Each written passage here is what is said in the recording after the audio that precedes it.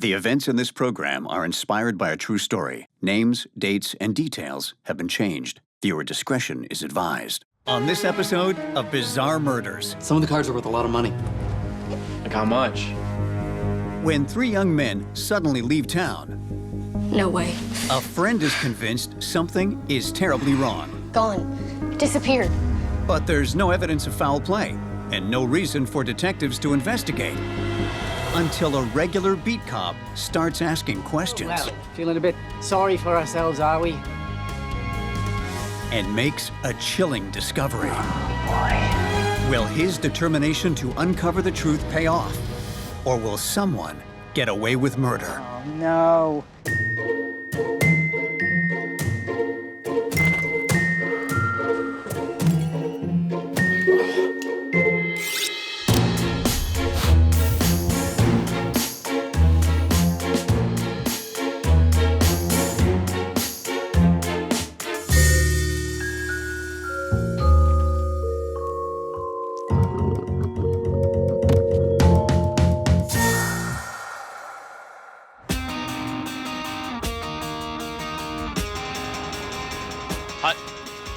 Go on, bro.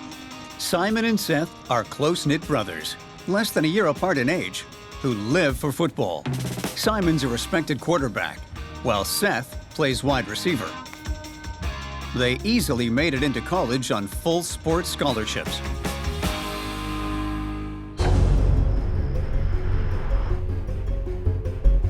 The brothers went to the same high school as Aiden, but they came from different social crowds. It's a lot easier to catch it than to toss it, I think. See that? But they did have some things in common. 1, 2, 3.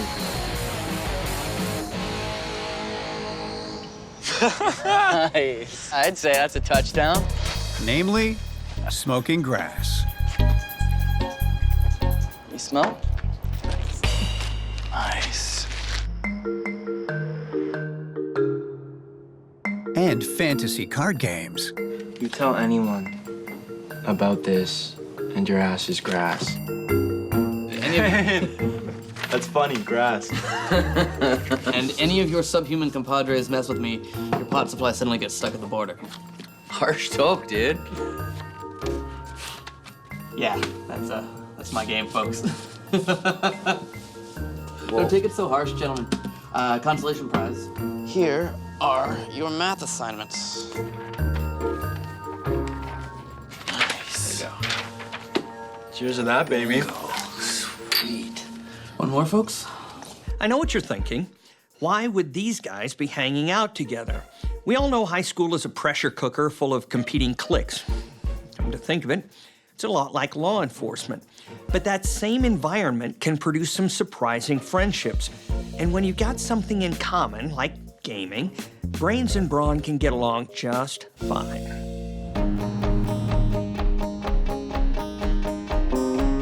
From the moment they had thrown their first football, the brothers had dreamed of making it to the NFL. But they got blindsided in their final year when they didn't make the draft pick. And now they've come back home, tails between their legs, to live with their mother, Michelle, and figure out what to do with their lives.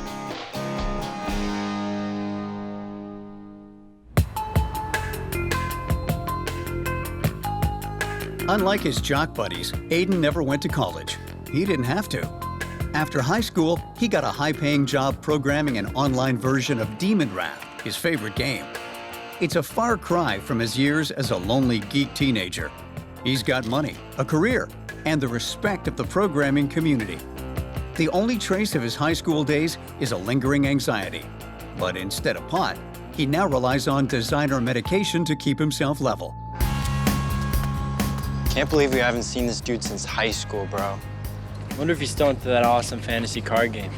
Probably, bro. You know, I hear he's got a stack of money now. Apparently he's some big-time computer guy.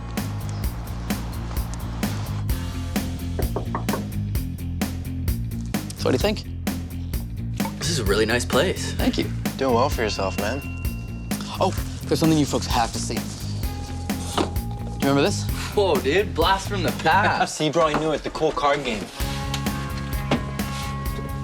So you still collect these Demon Wrath cards? Oh yeah, I've got hundreds now. Some of them with a lot of money. Like how much? Thousands, my friend. So, ready to slay some demons? Totally. All right. Do you have anything to smoke, though? Are you serious? Nah, I gave that up a while ago.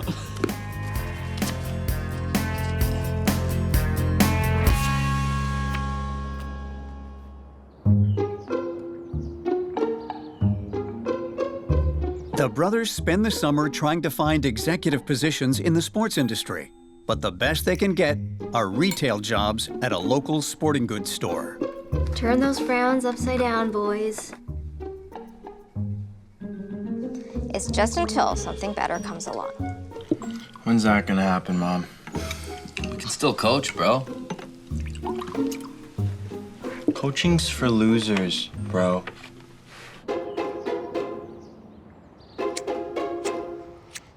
You know, this sucks, bro. We should be driving 4x4s by now. Yeah, you said it, bro. Well, well, well, if it isn't the football brothers. So this is what a college degree looks like, is it? No, sir. Feeling a bit sorry for ourselves, are we? No, sir, we were just... Listen, you boys listen to me. I played college ball too. I didn't make it to the big time either. But did I loiter around? No. I made something of myself. So just pull up your jock straps and make your mother proud. Yes, Yes, sir. sir. Now scram. Yes, sir. Yes, sir. Next time I won't be so understanding.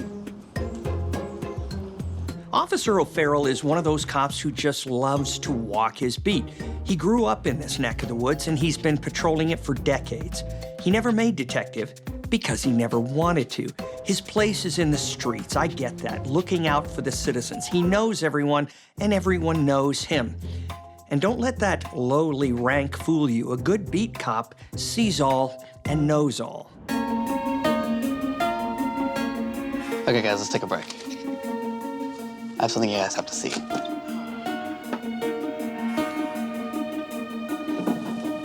You know what this is?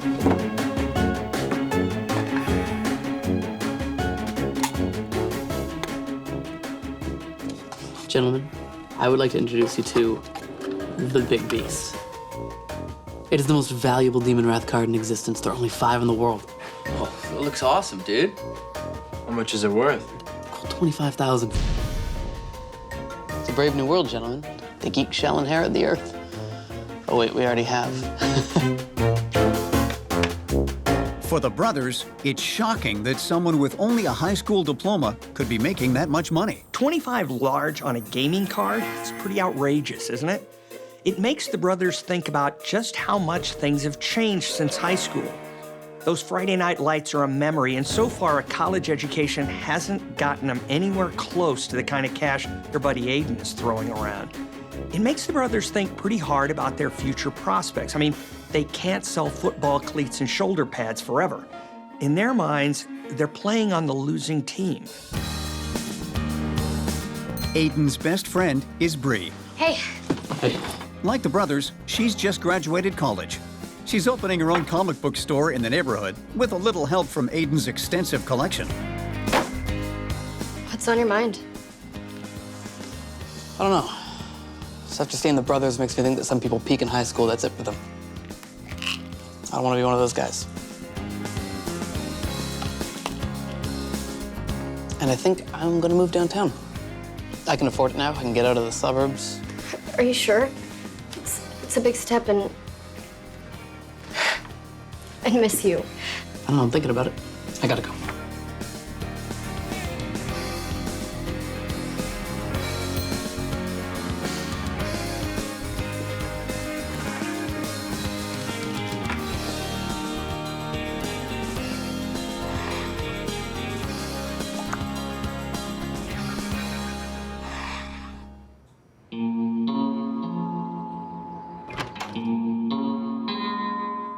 When Bree shows up with Aiden's medication the following day,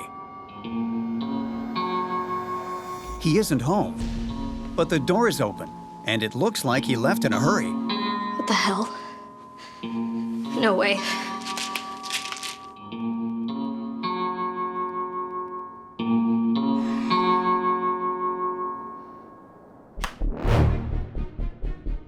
think they were the last ones to see Aiden. Oh. Michelle explains that her sons are storing some of Aiden's stuff while he moves downtown, but she hasn't seen them today. Moving? Already, but that doesn't make sense. Yeah, Aiden told his friend Bree he was thinking of leaving the suburbs, but he didn't say anything about pulling a fly-by-night vanishing act. And she knows Aiden can't go for very long without his meds. Something is definitely wrong with this picture. Bree knows it, and she's gonna do something about it. When Bree discovers Aiden has abruptly left town with his jock friends, Simon and Seth, she tries to file a missing person report. Officer O'Farrell, I need to talk to you about Aiden. Aiden, how's your whiz kid friend? He's gone. Disappeared. Bree explains about Aiden missing their date. She says he relies on his anxiety medication and he would never just leave town without telling her. It does seem a little odd. I'm sure everything's fine. Those football brothers are probably a bad influence on him. I'll look into it. Now, even if it's unexpected, Aiden taking off is not enough to launch a missing persons investigation. It's strange, but it doesn't look like any crime has been committed. And O'Farrell, he isn't a detective anyway, but he knows Aiden, just like he knows everyone else in the neighborhood, and it seems out of character. He can't technically investigate, but if you've been in law enforcement long enough, you know there are ways to, let's just say, make inquiries without it being exactly official. For the next 3 days, Officer O'Farrell uses the detective squad computer to monitor Aiden's bank and cell phone activity. But curiously, there isn't any. In my experience, people take off for all sorts of reasons. But here we have a guy who medicates for anxiety, who skipped town without telling his best friend, whose phone is set to radio silence, and who doesn't seem to be spending any money. As an investigator, that's what I call cause for alarm. But who knows why people do what they do? Maybe Aiden's off his meds and freaking out somewhere. Maybe it's kidnapping or worse. Or maybe he's taking a few days for himself. You just never know. In any case, time for our beat cop to start asking around the neighborhood. They just left all this stuff here and took off. The brother's mother says she hasn't seen her sons since they came home 3 nights ago in a rental van full of Aiden's belongings. They told her they were helping Aiden move and needed to store some of his stuff temporarily. Do you remember the name of the rental company? Yes. Excess baggage. You know, Officer O'Farrell, boys will be boys, but this is ridiculous. Do you know their boss keeps calling? Did you see or talk to Aiden at all? No. Officer O'Farrell learns that Aiden rented the moving van the night before Bree went to his house, but it wasn't returned to the same lot he rented it from. He thinks if he locates the van, he might find Aiden and the brothers. What are you boys up to? The van was returned to another company lot, miles away in the city.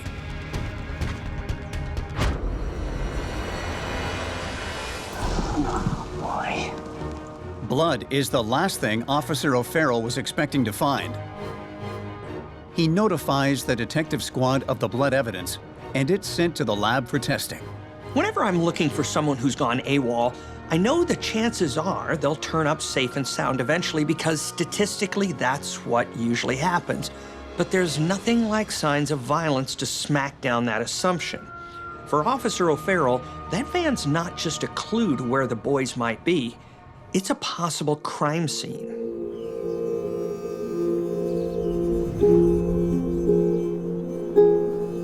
Two days after sending the blood sample to the lab, he gets a call from the brother's mother. Well, they're here, safe and sound, and in a lot of trouble. Do you know they got fired from their jobs for not showing up this week? So, lads, where you been? The brothers tell Officer O'Farrell that when Aiden decided to ditch the suburbs for the city, he'd asked them to store his precious collections of comics and game cards. Then they drove him to Chicago and dropped him off at an L station downtown. That was the last they'd seen of him. That was 5 days ago. Did you walk back from here? Well, Aiden paid us a lot of money to move his stuff. So we decided to party a bit.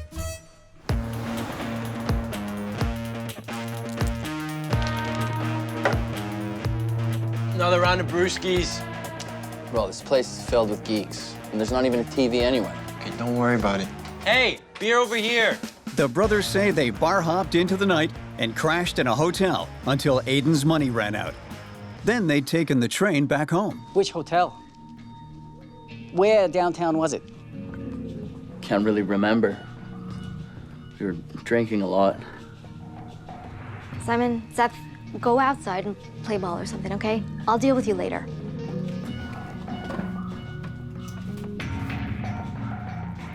Officer O'Farrell.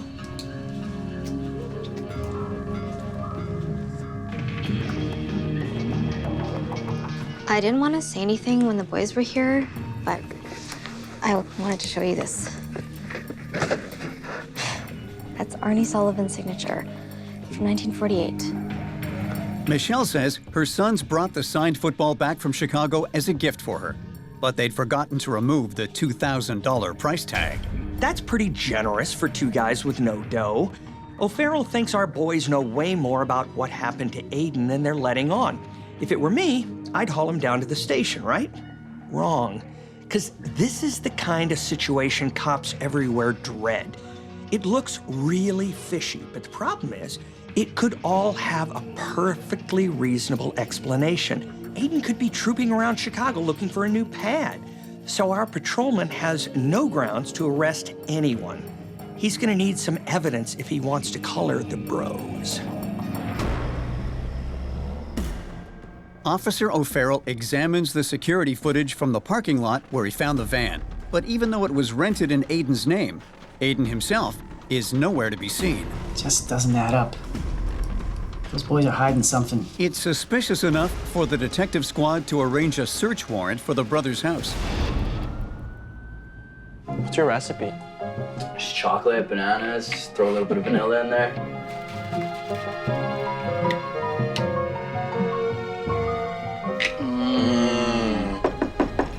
Open up, boys.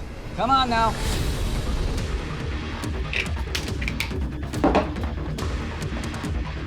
After the boys leave, Officer O'Farrell searches the property and discovers marijuana.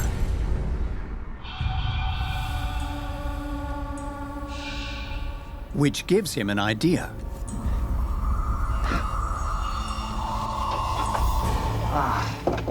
Oh, no.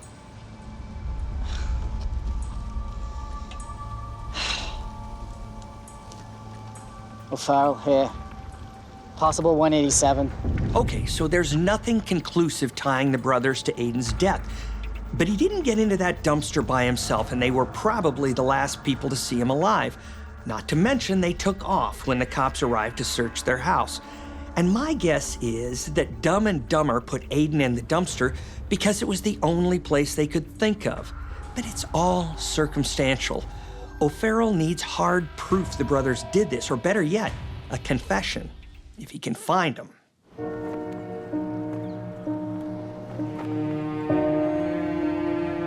With the discovery of Aiden's body, the missing person case has become a murder investigation. The last people known to have seen him are his friends, Simon and Seth, and they're now wanted for questioning.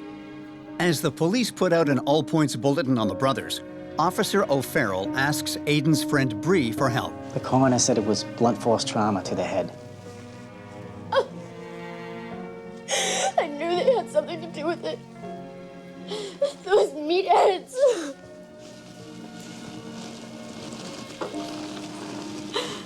What are these? I found some in the van as well. Some kind of game? A fantasy game. Aiden collected those. Some of them are worth a lot of money. I mean, a lot of money. The boys are probably selling them. Any idea where?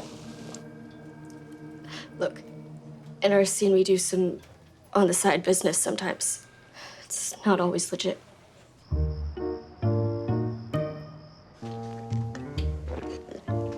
Oh, yeah.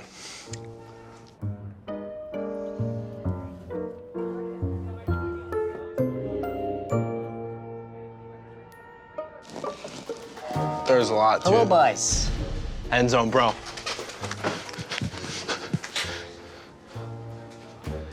Bro,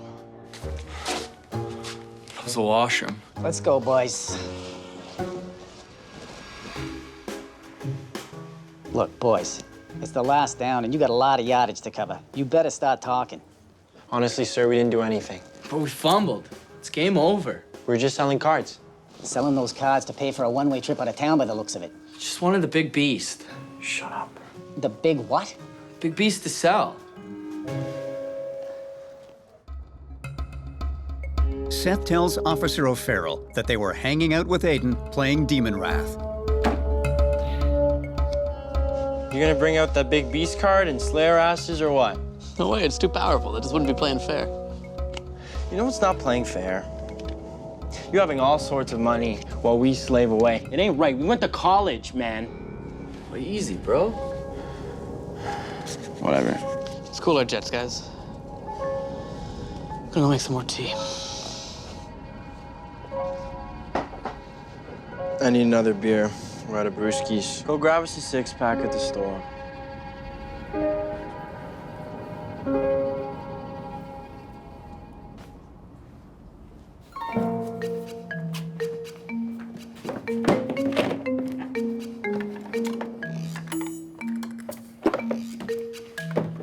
Hey.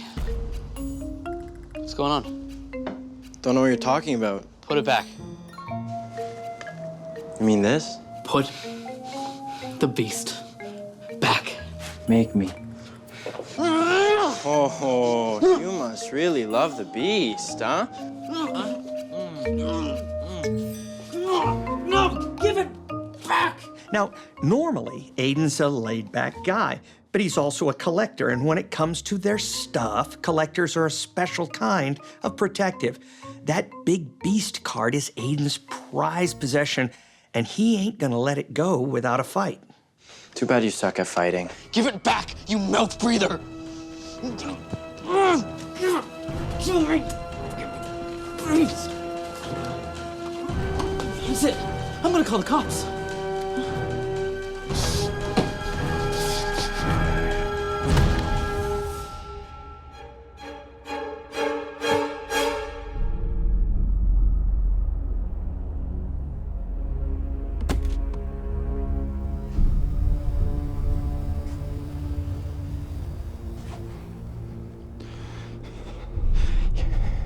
Call me a mouth breather, bro.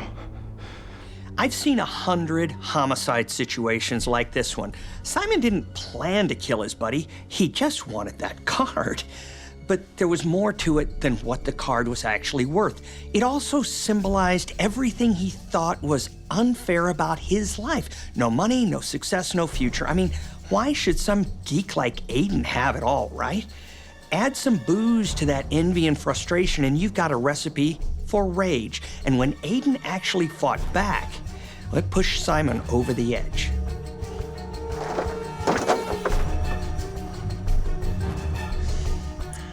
I don't know about this, bro. Shut up.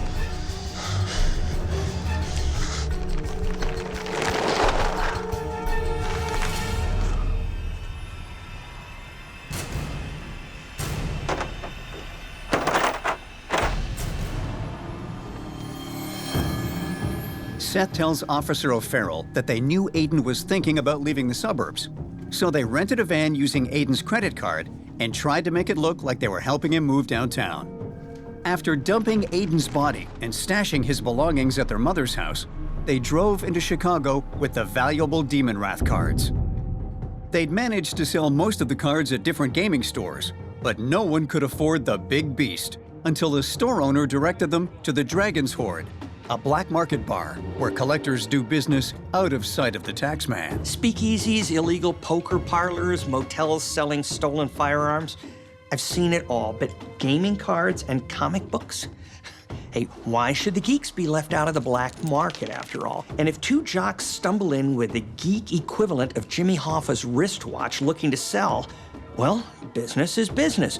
But the brothers are now like all crooks with a suitcase full of money. They have a problem. What to do with it?